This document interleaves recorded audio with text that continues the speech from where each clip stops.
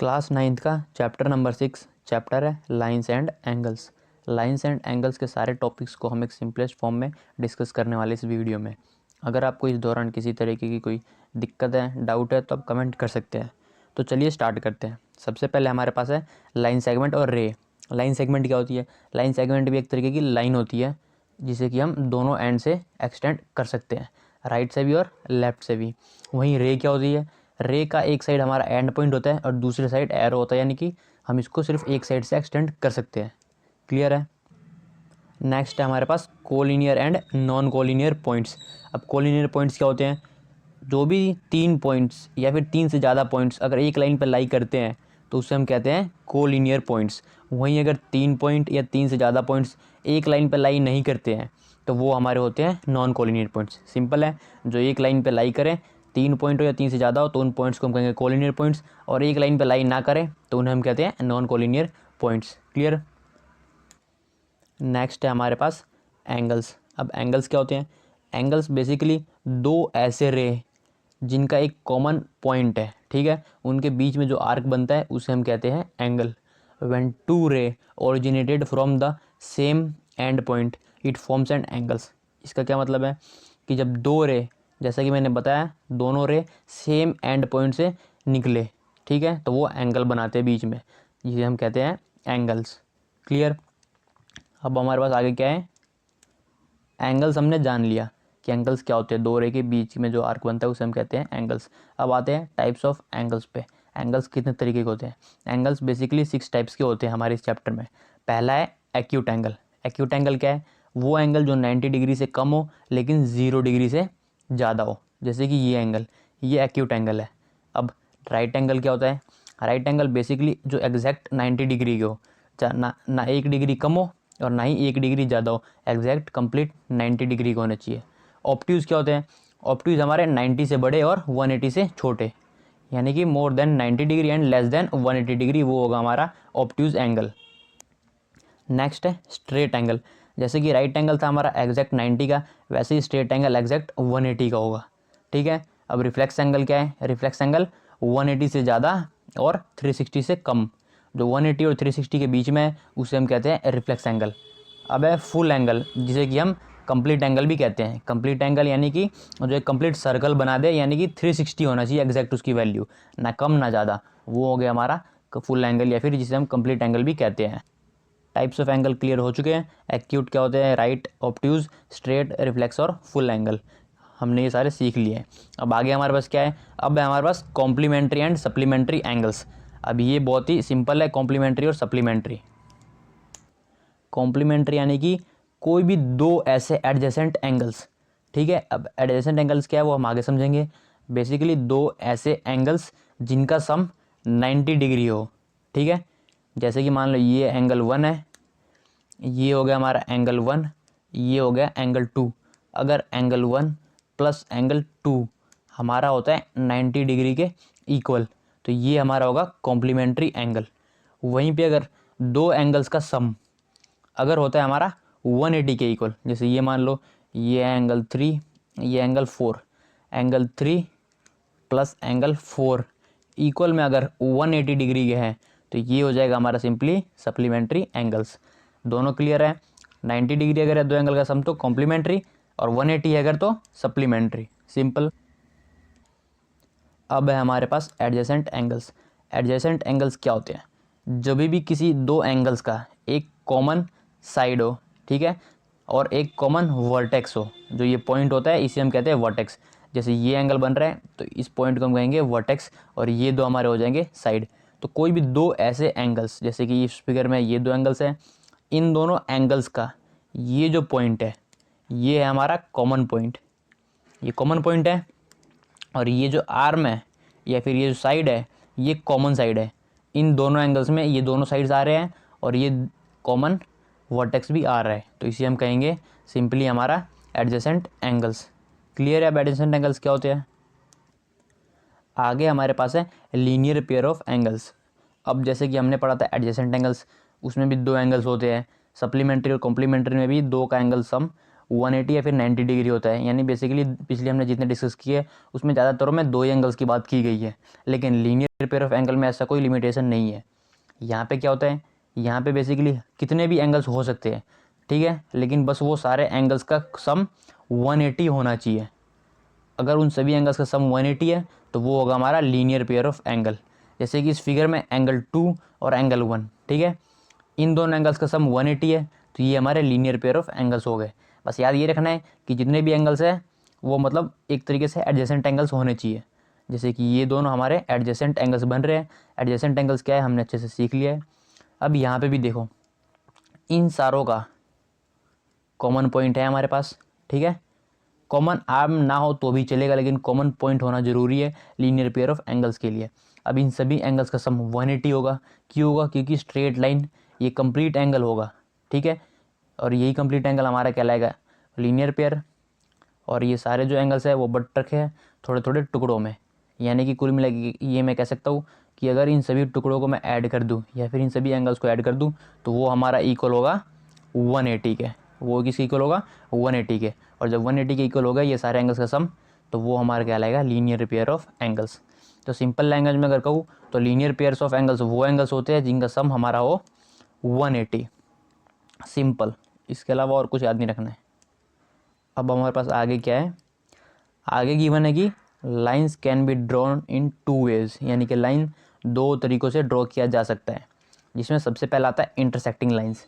Intersecting lines क्या होता है? कोई भी 2 लाइन आपस में कट करे, फ़र्क नहीं पड़ता किस तरीके से कट कर रही है, बस 2 लाइंस आपस में एक दूसरे को कट करे तो उसे हम कहेंगे इंटरसेक्टिंग लाइंस, ठीक है। या फिर 2 अब आगे मतलब पैरेलल, अगला पैरेलल में क्या है कि अगर 2 ऐसी लाइंस है जिन्हें मैं आगे कितना भी एक्सटेंड कर दूँ, ऐसे इसे कितना भी आगे बढ़ा दूँ, वो कहीं पे भी जाके आपस में मीट नहीं करेगी, वो हमेशा गैप ही रहेगा। जैसे कि ट्रेन की पटरियाँ होती है, आपने देखा होगा कि ट्रेन की पटरी आप कितनी भी आगे देखते चले जाओ वो कहीं भी आपस में ऐसे मिक्स नहीं होती है, ठीक है। तो वो हमारे एक पैरेलल लाइंस के एग्जांपल है। तो पैरेलल लाइन क्लियर है, कोई भी 2 लाइन ऐसी जो आपस में कभी भी मीट ना करे। अब यहाँ एक ध्यान देने वाली चीज़ है, बच्चे कई बार कंफ्यूज हो जाते हैं कि इंटरसेक्टिंग लाइंस क्या होती है और बाइसेक्टिंग ऑफ 2 लाइंस का मतलब क्या होता है। अब मैं बताता हूँ। इंटरसेक्टिंग लाइंस तो जैसे कि मैंने बता दिया कि 2 लाइंस आपस में एक दूसरे को कट करें तो वो होती है हमारी इंटरसेक्टिंग लाइंस। बाइसेक्ट का मतलब क्या होता है? बाइसेक्ट ऑफ 2 लाइंस, या फिर बाइसेक्टर दे रखा हो, जैसे कि ये लाइन इस लाइन को बाइसेक्ट कर रही है, इसका क्या मतलब है? बाइसेक्ट का सिंपल मतलब है कि इक्वल पार्ट्स में डिवाइड करना। यानी ये जो लाइन है इसको दे दो, मान लो एल लाइन है और ये एम है। लाइन एल अगर लाइन एम को बाइसेक्ट कर रही है, इट मीन्स कि ये इसको इक्वल पार्ट्स में डिवाइड कर रही है। और ये जो पॉइंट है जहाँ पे इंटरसेक्ट हो रही है दोनों लाइंस, इस पॉइंट को मिड पॉइंट भी हम कह सकते हैं। तो ये है simple difference bisecting of lines और इंटरसेक्टिंग ऑफ लाइंस में। सिंपल डिफरेंस यही है। नेक्स्ट है यहाँ हमारे पास vertical opposite angles. Vertical opposite angles basically intersecting line से निकल के आया है। इसका सिंपल मतलब ये है कि कहीं भी अगर 2 लाइन एक दूसरे को इंटरसेक्ट कर रही है, जैसे कि यहाँ पे फिगर में ये 2 लाइन एक दूसरे को इंटरसेक्ट कर रही है, तो इसमें जो ये अपोजिट एंगल्स बनते हैं, यानी कि जो एक दूसरे का अपोजिट है, ये एंगल 1 और एंगल 3, ये दोनों क्या होंगे? इक्वल होंगे एक दूसरे के।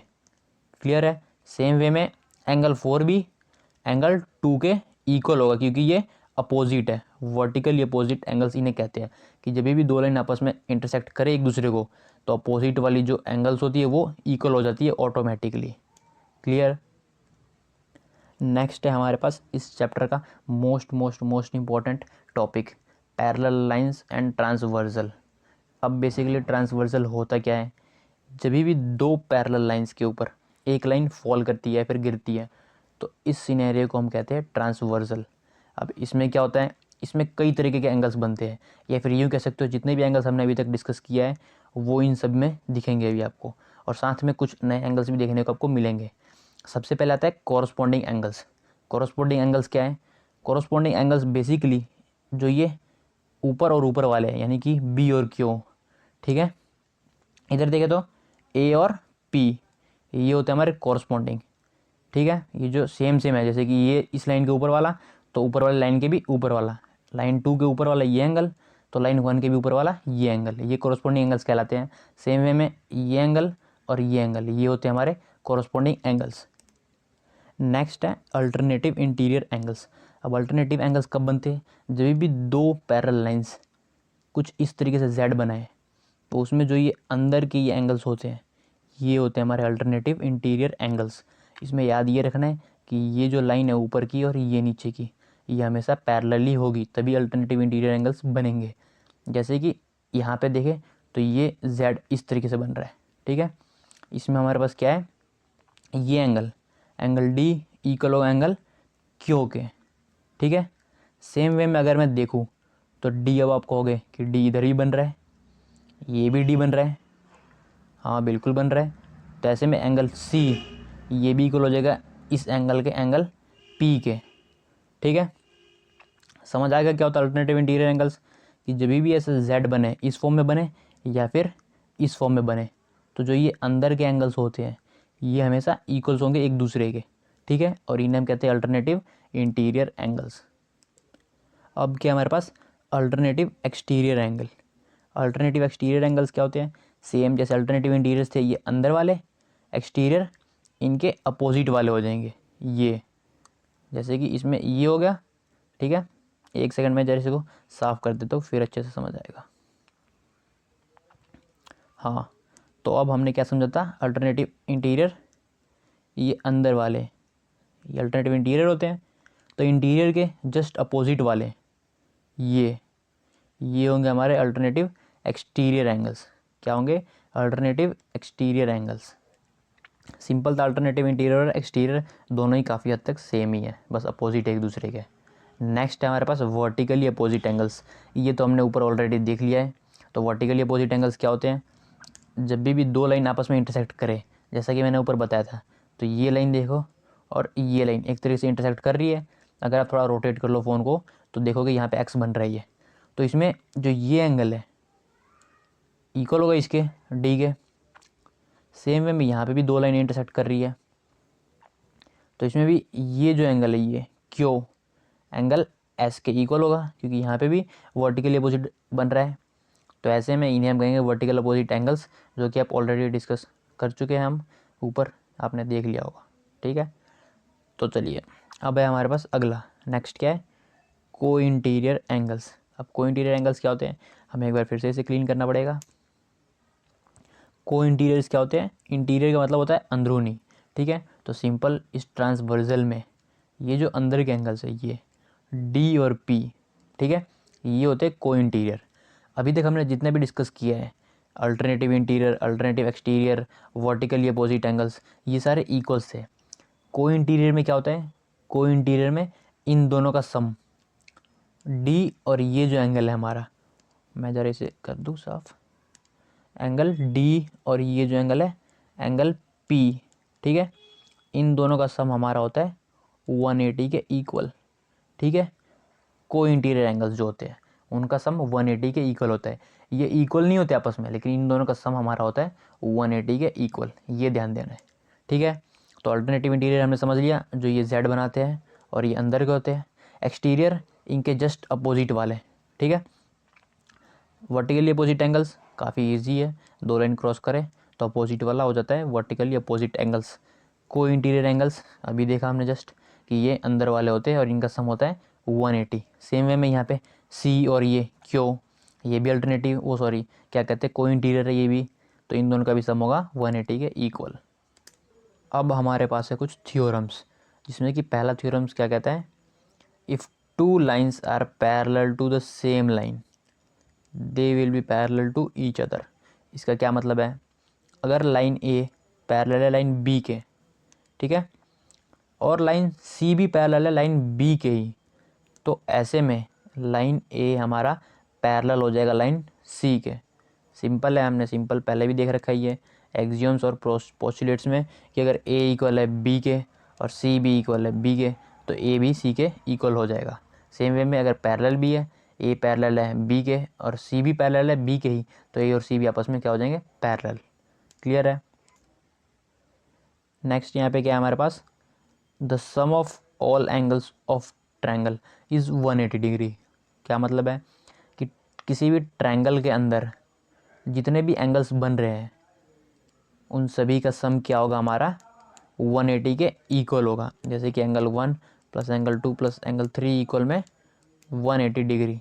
ठीक है, सिंपल मतलब था कि किसी भी ट्रायंगल के अंदर के तीनों एंगल का सम हमारा हमेशा ही, चाहे कोई भी ट्रायंगल हो, फ़र्क नहीं पड़ता उससे, वो हमेशा 180 होगा। ठीक है, अब इसका प्रूफ अगर मैं बताऊँ आपको, वैसे ये टॉपिक है नहीं प्रूफ इसमें, लेकिन फिर भी बता देता हूँ कि प्रूफ कैसे है। तो देखो यहाँ पे ये जो है एक तरीके से z बन रहा है इधर, अगर मैं इसे एक्सटेंड कर दूँ आगे की तरफ और इधर से भी एक्सटेंड कर दूँ ऐसे, तो एंगल 4 है जो, वो एंगल 3 के इक्वल होगा। ठीक है, नहीं एंगल 4 नहीं, बल्कि एंगल जो 4 है वो 2 के इक्वल होगा। ठीक है, ये जो एंगल 4 है ये 2 के इक्वल होगा। एंगल 4 इक्वल में एंगल 2 होगा, अल्टरनेटिव एंगल्स है। ठीक है, मान लो कि ये एक्स वाली लाइन पैरेलल है, ये नीचे वाली लाइन की क्यू आर जो भी है। ठीक है, सेम वे में एंगल 5 हमारा हो जाएगा किसके इक्वल, 3 के इक्वल। एंगल 5 इक्वल हो जाएगा एंगल 3 के, एंगल 5 इक्वल टू एंगल 3 के। तो मैं ये लिख सकता हूँ एक तरीके से कि angle 5 plus angle 1 plus angle 4 equals to 180। आप कहोगे बिल्कुल लिख सकते हैं सर, क्योंकि हमने अभी ऊपर पढ़ा है लीनियर पेयर ऑफ एंगल्स, और ये स्ट्रेट लाइन बन रही है हमारी, और तीनों एंगल का सम 180 होगा, क्योंकि स्ट्रेट लाइन पे जितने भी एंगल्स बनते हैं उनका सम 180 होता है, हमने ऑलरेडी ऊपर डिस्कस कर लिया है। तो ठीक है, फिर मैंने इसको ऐसे लिख दिया। अब 5 किसके इक्वल है, 3 के। 5 की जगह मैं लिख देता हूँ एंगल 3। 1 का हमें पता नहीं, तो 1 की तरह, प्लस 4 किसके इक्वल है अब, 2 के, तो मैं लिख देता हूँ 2 भी इक्वल में 180 है ही हमारे पास एज इट इज़। ठीक है, तो देखो प्रूव हो गया ना। इसमें और इसमें कोई फ़र्क दिख रहा है आपको, इसमें भी है एंगल 3 प्लस 1 प्लस 2, जिसको अरेंज कर दूँ तो फिर से इस तरीके से ही हो जाएगा, angle 1 plus angle plus 2 plus angle 3 और इक्वल्स में 180। हो गया ना प्रूफ। तो यही प्रूफ है इसका कि एंगल सम प्रॉपर्टी भी इसे हम कहते हैं, कि यानी कि एंगल के अंदर, ट्रायंगल के अंदर सॉरी, सभी एंगल्स का सम 180 होगा हमेशा। ठीक है, तो ये था इसका प्रूफ। बाकी ये कुछ इंपॉर्टेंट नहीं है, ये प्रूफ इंपॉर्टेंट नहीं है, ये जो थ्योरम है ये काफ़ी इंपॉर्टेंट है, आपको बहुत से क्वेश्चन में देखने को मिलेगा। नेक्स्ट हमारे पास क्या थ्योरम है, ये थ्योरम भी काफ़ी इंपॉर्टेंट है। थ्योरम कहती है कि if a side of a triangle is produced then the exterior angle so formed is equal to the sum of the two interior angle opposite angles. अब इसका क्या मतलब है, थ्योरी हमेशा कंफ्यूजिंग होती है, लेकिन प्रैक्टिकली हम इसको समझ लेंगे सिंपल लैंग्वेज में। क्या कहता है इसमें कि जैसे कि एक ट्रायंगल है, ठीक है, ये ट्रायंगल है, अगर इस लाइन को मैं एक्सटेंड कर दूँ तो इससे जो भी एंगल बन रही है एंगल डी, ये इक्वल होगा जो भी इसके ठीक अपोजिट, जो ये दो एंगल है ये होगा इसके अपोजिट, और ये भी होगा, यानी ये और ये एंगल 1 और एंगल 2 अपोजिट होंगे ये डी एंगल के। ठीक है, तो कहता है कि अगर इसके अपोजिट जो भी एंगल, एंगल 1 और एंगल 2, इन दोनों का सम किसके इक्वल होगा, एंगल डी के। ठीक है, यानी फिगर में जो एंगल ए और एंगल बी है उन दोनों का सम एंगल डी के इक्वल होगा। कब, जब इस ट्रायंगल की लाइन को मैं बेस को बेसिकली एक्सटेंड कर दूँ, तो ऐसे में अपोजिट एंगल्स का सम जो भी ट्रायंगल के अंदर है वो इक्वल हो जाएगा इस एक्सटीरियर एंगल्स के, एंगल के। ठीक है, तो ये था ये बेसिक थ्योरम हमारा, जिसे हम एक्सटीरियर एंगल थ्योरम भी कहते हैं। तो बेसिकली हमारा ये पूरा चैप्टर था हमारा लाइंस एंड एंगल्स। इस पूरे चैप्टर का इंट्रोडक्शन कंप्लीट हो चुका है। अगर आपको किसी तरीके की कोई भी डाउट है स्टिल इस चैप्टर में, तो आप मेरे को तुरंत कमेंट करें, मैं जल्द से जल्द उसे रिप्लाई करने की कोशिश करूँगा। और कोशिश क्या, मैं करूँगा ही ज़रूर, it's my duty. So take care, bye bye, और सब्सक्राइब करना ना भूलें, और वीडियो पसंद आए तो लाइक ज़रूर कर देना, और अगर कुछ इम्प्रूवमेंट लगे कि मुझे करनी चाहिए तो ज़रूर कमेंट करके बताएं। Thank you.